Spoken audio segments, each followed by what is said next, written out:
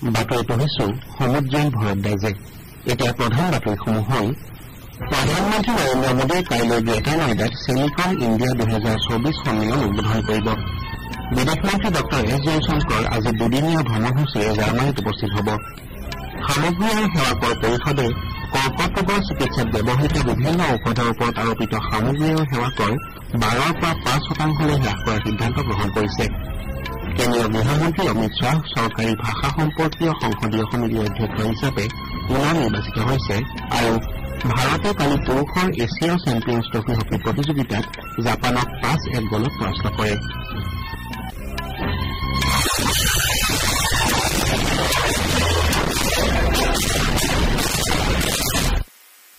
এতিয়া শুনক বিতং বাতৰি। প্ৰধানমন্ত্ৰী নৰেন্দ্ৰ মোদীয়ে কাইলৈ গ্ৰেটাৰ নয়ডাৰ ইণ্ডিয়া এক্সপো মাৰ্টত চেমিকন ইণ্ডিয়া 2024 সন্মিলন উদ্বোধন কৰিব। তেওঁ লগতে এই উপলক্ষে অংশগ্ৰহণকাৰীসকলক সম্বোধন কৰিব। অৰ্ধ পৰিবাহী খণ্ডৰ ভৱিষ্যত গঢ় দিয়া শীৰ্ষক বিষয়বস্তুৰে কাইলৈৰ পৰা 13 ছেপ্টেম্বৰলৈ চেমিকন ইণ্ডিয়া 2024 আয়োজন কৰা হৈছে। তিনিদিনীয়া এই সন্মিলনত ভাৰতৰ অৰ্ধ পৰিবাহী খণ্ডৰ কৌশল আৰু নীতি প্ৰদৰ্শন কৰা হ'ব। এই কৌশল তথা নীতিসমূহৰ জৰিয়তে দেশক অৰ্ধ পৰিবাহী খণ্ডৰ গোলকীয় কেন্দ্ৰ হিচাপে গঢ়ি তোলাৰ পৰিকল্পনা কৰা হৈছে। সন্মিলনত বিশ্বৰ অৰ্ধ পৰিবাহী উদ্যোগৰ আগশাৰীৰ নেতা, কোম্পানী আৰু বিশেষজ্ঞসকলে অংশগ্ৰহণ কৰিব। সন্মিলনত 150গৰাকী বক্তাই অৰ্ধ পৰিবাহী খণ্ডৰ সৈতে জড়িত বিভিন্ন বিষয়ত বক্তৃতা প্ৰদান কৰিব। প্ৰধানমন্ত্ৰীয়ে পদ্ম সন্মানৰ বাবে প্ৰেৰণাদায়ক ব্যক্তিৰ নাম মনোনীত কৰিবলৈ জনসাধাৰণৰ প্ৰতি আহ্বান জনাইছে। ইয়াৰ বাবে মনোনয়ন দাখিলৰ অন্তিম দিন 15 ছেপ্টেম্বৰ। প্ৰধানমন্ত্ৰীয়ে সামাজিক মাধ্যমৰ এটা পোষ্টত ইতিমধ্যে ভালেসংখ্যক মনোনয়ন লাভ কৰাক লৈ সন্তুষ্টি প্ৰকাশ কৰিছে। তেওঁ উল্লেখ কৰে যে বিগত দশকত চৰকাৰে তৃণমূল পৰ্যায়ৰ নায়কস্বৰূপ অগণন লোকক পদ্ম সন্মানেৰে বিভূষিত কৰিছে। তেওঁ কয় যে এই ব্যক্তিসকলৰ জীৱনগাথাই অসংখ্য লোকক অনুপ্ৰাণিত কৰিছে আৰু তেওঁলোকৰ কাম কাজৰ মাজেৰে সাহস আৰু দৃঢ়তা প্ৰতিফলিত হৈছে। চৰকাৰে এই সন্মানৰ বাছনি প্ৰক্ৰিয়া অধিক স্বচ্ছ আৰু অংশগ্ৰহণমূলক কৰি তোলাৰ উদ্দেশ্যে বিভিন্ন পদ্ম সন্মানৰ বাবে জনসাধাৰণৰ পৰা মনোনয়ন বিচাৰিছে। জনসাধাৰণে awards.gov.in ৱেবছাইটৰ জৰিয়তে মনোনয়ন দাখিল কৰিব পাৰিব। বিদেশ মন্ত্ৰী ডঃ এছ জয়শংকৰ আজি দুদিনীয়া ভ্ৰমণসূচীৰে জাৰ্মানীত উপস্থিত হ'ব। এই ভ্ৰমণকালত তেওঁ জাৰ্মানীৰ বিদেশ মন্ত্ৰী তথা অন্যান্য নেতাসকলৰ সৈতে বৈঠকত মিলিত হ'ব। এই বৈঠকৰ উদ্দেশ্য হৈছে দ্বিপাক্ষিক সম্পৰ্কৰ সমগ্ৰ বিষয়টো পৰ্যালোচনা কৰা আৰু সহযোগিতা বৃদ্ধিৰ নতুন নতুন ক্ষেত্ৰৰ সন্ধান কৰা। উল্লেখযোগ্য যে জাৰ্মানী হৈছে ভাৰতৰ গুৰুত্বপূৰ্ণ বাণিজ্যিক অংশীদাৰ তথা প্ৰত্যক্ষ বিদেশী বিনিয়োগৰ অন্যতম উৎস। ডঃ জয়শংকৰে ইয়াৰ পূৰ্বে কালি পেলেষ্টাইনৰ পৰিস্থিতি সন্দৰ্ভত ভাৰতৰ দৃঢ় স্থিতিকতা উল্লেখ কৰাৰ লগতে দেশখনত অতি সোনকালে যুদ্ধবিৰতি ঘোষণাৰ বাবে আহ্বান জনায়। গাজাৰ সাম্প্ৰতিক পৰিস্থিতি বৰ্তমান ভাৰতৰ বাবে অতি চিন্তাৰ বিষয় বুলি উল্লেখ কৰি ডঃ জয়শংকৰে কয় যে আমি এফালে সন্ত্ৰাসবাদী কাৰ্যকলাপক গৰিহণা দিওঁ আৰু ইয়াৰ বিপৰীতে নিৰীহ জনসাধাৰণৰ মৃত্যুত গভীৰ দুখ প্ৰকাশ কৰোঁ। বিদেশ মন্ত্ৰীগৰাকীয়ে কালি ৰিয়াধত ভাৰত উপসাগৰীয় সহযোগিতা পৰিষদৰ বিদেশ মন্ত্ৰীসকলৰ প্ৰথমলানি বৈঠকত সহ অধ্যক্ষতা কৰে। এই বৈঠকত অংশগ্ৰহণ কৰাৰ সুযোগতে তেওঁ উপসাগৰীয় সহযোগিতা পৰিষদৰ একাংশ সদস্য ৰাষ্ট্ৰৰ বিদেশ মন্ত্ৰীৰ সৈতে দ্বিপাক্ষিক আলোচনাত মিলিত হয়। ডঃ জয়শংকৰে কয় যে ভাৰত হৈছে বিশ্বৰ সৰ্ববৃহৎ আৰু দ্ৰুত বিকশিত বজাৰ। তেওঁ উপসাগৰীয় সহযোগিতা পৰিষদক পাৰস্পৰিক ভৱিষ্যতৰ বাবে বিনিয়োগ কৰাৰ লগতে নিৰন্তৰ প্ৰগতিত সমৰ্থন আগবঢ়াবলৈ আহ্বান জনায়। ত্ৰিদেশীয় ভ্ৰমণৰ তৃতীয় তথা অন্তিম পৰ্যায়ত ডঃ জয়শংকৰে অহা 12-13 ছেপ্টেম্বৰত জেনেভা ভ্ৰমণ কৰিব। জেনেভাত তেওঁ আন্তঃৰাষ্ট্ৰীয় সংস্থাসমূহৰ মুৰব্বী আৰু প্ৰতিনিধিসকলক সাক্ষাৎ কৰিব। তেওঁ লগতে ছুইজাৰলেণ্ডৰ বিদেশ মন্ত্ৰীকো সাক্ষাৎ কৰিব। সামগ্ৰী আৰু সেৱা কৰ পৰিষদে কৰ্কট ৰোগৰ চিকিৎসাত ব্যৱহৃত বিভিন্ন ঔষধৰ ওপৰত আৰোপিত সামগ্ৰী আৰু সেৱা কৰ 12ৰ পৰা 5% হ্ৰাস কৰাৰ সিদ্ধান্ত গ্ৰহণ কৰিছে। নতুন দিল্লীত অনুষ্ঠিত পৰিষদৰ 54 সংখ্যক বৈঠকত কালি এই সিদ্ধান্ত গ্ৰহণ কৰা হয়। কেন্দ্ৰীয় বিত্তমন্ত্ৰী নিৰ্মলা সীতাৰমণে অধ্যক্ষতা কৰা এই বৈঠকত বিত্ত ৰাজ্যমন্ত্ৰী পংকজ চৌধুৰী আৰু বিভিন্ন ৰাজ্যৰ বিত্তমন্ত্ৰীসকলে অংশগ্ৰহণ কৰে। বৈঠকৰ অন্তত শ্ৰীমতী সীতাৰমণে সংবাদ মাধ্যমৰ আগত কয় যে কৰ্কট ৰোগৰ চিকিৎসা ব্যয় হ্ৰাস কৰাৰ বাবে ইয়াৰ চিকিৎসাত ব্যৱহৃত ঔষধৰ মূল্য হ্ৰাস কৰা হৈছে।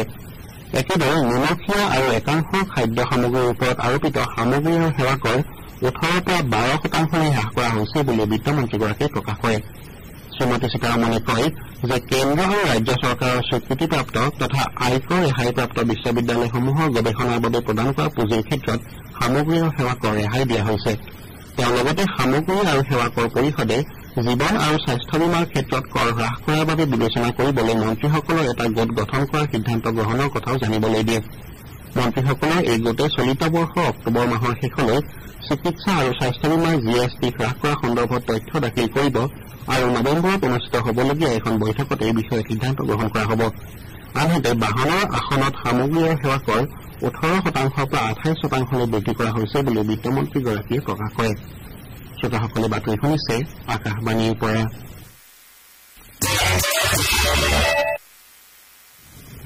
কেন্দ্ৰীয় গৃহমন্ত্ৰী অমিত শ্বাহ চৰকাৰী ভাষা সম্পৰ্কীয় সংসদীয় সমিতিৰ অধ্যক্ষ হিচাপে সৰ্বসন্মতিক্ৰমে পুনৰ নিৰ্বাচিত হৈছে। তেওঁ কয় যে চৰকাৰ 2047 চনৰ ভিতৰত দেশৰ সকলো চৰকাৰী ব্যৱস্থা ভাৰতীয় ভাষাত পৰিচালনা কৰাৰ লক্ষ্যৰে আগবাঢ়িছে। চৰকাৰী ভাষা বিভাগে 8ম অনুসূচীৰ সকলো ভাষা কাৰিকৰী ভিত্তিত স্বয়ংক্ৰিয়ভাৱে অনুবাদ কৰিব পৰা ছফ্টৱেৰ বিকশাই তোলাৰ কাম অব্যাহত ৰাখিছে বুলি মন্ত্ৰীগৰাকীয়ে উল্লেখ কৰে। নতুন চৰকাৰ গঠনৰ পাছত চৰকাৰী ভাষা সম্পৰ্কীয় সংসদীয় সমিতি পুনৰ গঠনৰ বাবে কালি নতুন দিল্লীত সমিতিৰ এখন বৈঠক অনুষ্ঠিত হৈছিল। শ্ৰীশ্বাহে 2019 পৰা 2024 চনৰ কাৰ্যকাল চোৱাটো সমিতিৰ অধ্যক্ষ হিচাপে কাৰ্যনিৰ্বাহ কৰিছিল। কেন্দ্ৰীয় গৃহ আৰু সমবায় মন্ত্ৰী অমিত শ্বাহে কাইলৈ নতুন দিল্লীত ভাৰতীয় চাইবাৰ অপৰাধ সহযোগিতা কেন্দ্ৰৰ প্ৰথম প্ৰতিষ্ঠা দিৱসৰ অনুষ্ঠানত অংশগ্ৰহণ কৰিব। এই উপলক্ষে শ্ৰীশ্বাহে চাইবাৰ অপৰাধৰ পৰা সুৰক্ষাৰ বাবে ভালেমান ব্যৱস্থা মুকলি কৰাৰ লগতে চাইবাৰ প্ৰবঞ্চনা প্ৰতিৰোধী কেন্দ্ৰৰ ৰাষ্ট্ৰনামত উৎসৰ্গা কৰিব। অনুষ্ঠানত গৃহমন্ত্ৰীগৰাকীয়ে সমন্বয় শীৰ্ষক এটা ৱেব আধাৰিত ব্যৱস্থা মুকলি কৰিব। তেওঁ লগতে চাইবাৰ সুৰক্ষা বৃদ্ধি কৰাৰ বাবে ৰাজ্যৰ কেন্দ্ৰীয় শাসিত অঞ্চল তথা কেন্দ্ৰীয় আৰক্ষী সংস্থাৰ প্ৰশিক্ষিত বিশেষজ্ঞৰ এটা শাখা মুকলি কৰি চাইবাৰ কমাণ্ড কাৰ্যসূচী উদ্বোধন কৰিব। কয়লা মন্ত্ৰালয়ৰ উদ্যোগত কালি নতুন দিল্লীত কয়লাৰ সৈতে জড়িত ৰাজহুৱা খণ্ডৰ উদ্যোগ তথা কোম্পানীসমূহৰ সামাজিক দায়বদ্ধতা কাৰ্যকলাপৰ পৰ্যালোচনা বৈঠক অনুষ্ঠিত হয়। বৈঠকত ৰূপায়ণ হৈ থকা CSR পদক্ষেপসমূহৰ অগ্ৰগতিৰ মূল্যায়ন, জনসাধাৰণৰ ওপৰত এইসমূহৰ প্ৰভাৱৰ মূল্যায়ন আৰু চৰকাৰৰ নিৰ্দেশনাৰ সৈতে এইসমূহৰ সামঞ্জস্য বৰ্তাই ৰখাত গুৰুত্ব আৰোপ কৰা হয়। স্বাস্থ্যসেৱা, শিক্ষা, পৰিৱেশ, দক্ষতা বিকাশ আৰু জীৱিকাৰ দৰে বিভিন্ন খণ্ডত ৰূপায়ণ হৈ থকা প্ৰকল্পসমূহক লৈ বৈঠকত আলোচনা কৰা হয়। বৈঠকত মন্ত্ৰালয়ে ফলাফল নিশ্চিত কৰাৰ বাবে প্ৰকল্পসমূহ যথাসম্ভৱ শীঘ্ৰে ৰূপায়ণ কৰাৰ প্ৰয়োজনত গুৰুত্ব আৰোপ কৰে। মন্ত্ৰালয়ে কয়লা খনন কৰা অঞ্চলসমূহৰ স্থানীয় জনগোষ্ঠীসমূহৰ জীৱনৰ সামগ্ৰিক মান উন্নত কৰাত গুৰুত্ব দি আগবাঢ়ি যোৱাৰ প্ৰয়োজনৰ বিষয়ে বৈঠকত উল্লেখ কৰে। মন্ত্ৰালয়ৰ অতিৰিক্ত সচিব ৰূপিন্দৰ ব্ৰায়ে বৈঠকত সভাপতিত্ব কৰে। উত্তৰাখণ্ডত কালি সন্ধিয়া সোণপৰাত মৌকটীয়া অঞ্চলৰ ভূমিস্খলন প্ৰৱণ এলেকাত পাহাৰৰ পৰা বাগৰি অহা শিলৰ খুন্দাত এগৰাকী লোকৰ মৃত্যু হোৱাৰ লগতে আন দুগৰাকী লোক আহত হয়। আহত লোক দুগৰাকীক চিকিৎসালয়ত ভৰ্তি কৰোৱা হৈছে। ৰাজ্যখনৰ মুখ্যমন্ত্ৰী পুষ্কৰ সিং ধামীয়ে এই ঘটনাক লৈ শোক প্ৰকাশ কৰিছে। যোৱাবাৰৰ বিজয়ী ভাৰতে কালি চীনৰ কলম্বোত অনুষ্ঠিত পুৰুষৰ এছিয়া চেম্পিয়ন্ছ ট্ৰফী হকী প্ৰতিযোগিতাত জাপানৰ বিৰুদ্ধে 5-1 গলত বিজয় সাব্যস্ত কৰে। ভাৰতৰ হৈ সুখজিৎ সিঙে খেলৰ দ্বিতীয় আৰু 60 মিনিটত গল দিয়াৰ বিপৰীতে অভিষেকে তৃতীয়, সঞ্জয় 17 আৰু উত্তম সিঙে 54 মিনিটত গল দিয়ে। খেলৰ 41 মিনিটত মাটছুমোটো কাজুমাছাৰ জৰিয়তে জাপানে একমাত্ৰ গলটো পৰিশোধ কৰিবলৈ সক্ষম হয়। প্ৰতিযোগিতাৰ 4বাৰৰ চেম্পিয়ন ভাৰতে ইয়াৰ পূৰ্বে প্ৰথমখন খেলত আয়োজক দেশ চীনক 3-0 গলত পৰাস্ত কৰিছিল। হৰমনপ্ৰীত সিং নেতৃত্বাধীন ভাৰতীয় দলটো কাইলৈ যোৱাবাৰৰ ৰানাৰ্ছ আপ মালয়েছিয়াৰ মুখামুখি হ'ব। ৰাউণ্ড ৰবিন পদ্ধতিৰে খেলোৱা প্ৰতিযোগিতাখনৰ শীৰ্ষ 4টা দলে 16 ছেপ্টেম্বৰত হ'বলগীয়া ছেমিফাইনেলৰ বাবে যোগ্যতা অৰ্জন কৰিব। 17 ছেপ্টেম্বৰত প্ৰতিযোগিতাৰ ফাইনেল খেলখন অনুষ্ঠিত হ'ব। বাতৰি শেষ কৰাৰ পূৰ্বে ঘাই বাতৰিকেইটা পুনৰ পঢ়ি দিছো। প্ৰধানমন্ত্ৰী নৰেন্দ্ৰ মোদীয়ে কাইলৈ গ্ৰেটাৰ নয়ডাত ছেমিকন ইণ্ডিয়া 2024 সন্মিলন উদ্বোধন কৰিব।